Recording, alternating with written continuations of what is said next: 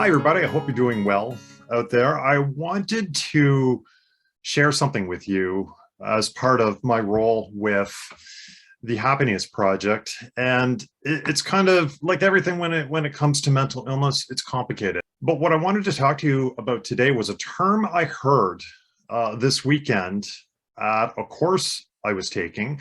It was a course I took through the Canadian Red Cross for the certification of psychological first aid. So that's something that I did as part of my passion for mental health, and it's something I wanted to do to better be able to respond to those in need. So I was taking this course on the weekend for psychological first aid here in Ottawa, and one of the people in the course made mention of a term I had never heard before called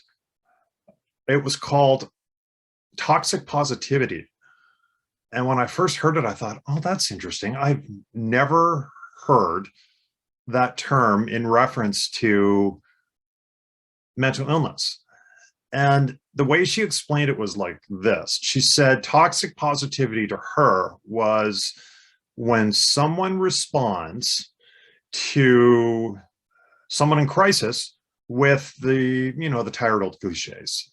You'll feel better tomorrow. You just need a good night's sleep. You just need to smile.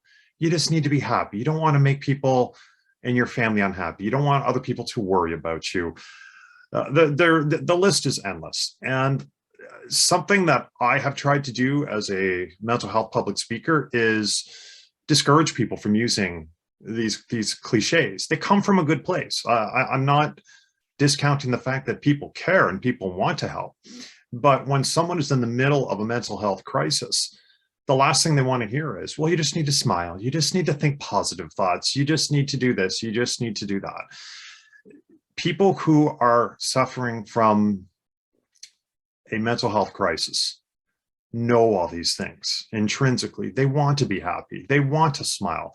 They want to look on the bright side of life. There's nothing they don't want to do. They don't need to hear it. So from that point of view, I understood what she was saying about toxic positivity. And I think what she meant was having an overly positive approach when helping someone can be just as detrimental as other mistaken approaches to mental health. But being overly positive can be detrimental. So in that case, that's where toxic positivity came in to play for her. Now, so on that level, I agreed with it.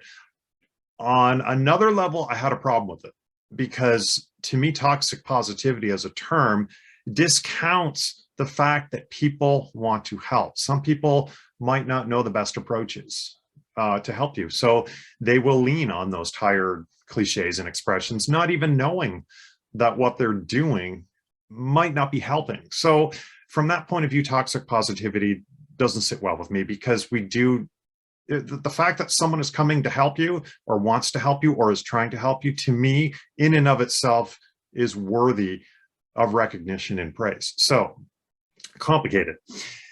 As you know, our group here in Ottawa, the Happiness Project, is comprised of the efforts of 3 churches.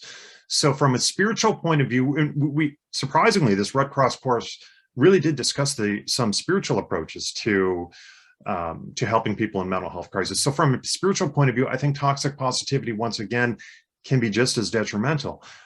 And what I mean by that is when someone is suffering from a mental health crisis, and it might be someone in your faith community or someone who shares your spirituality or beliefs, it might not be the best thing to say, well, it's all part of God's plan. God will never give you more than you can handle, or it was meant to be. All of these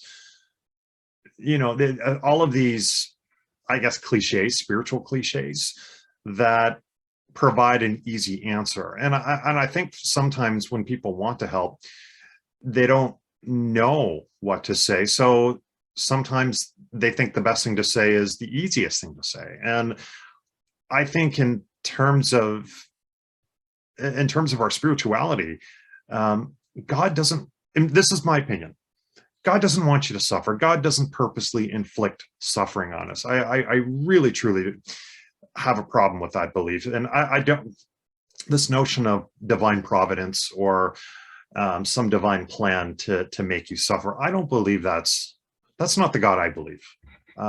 What I do believe is that through prayer, through the actions of others, through meditation, through whatever it is we do as believers in God and believers in Christ, I think God truly gives you the resources you need.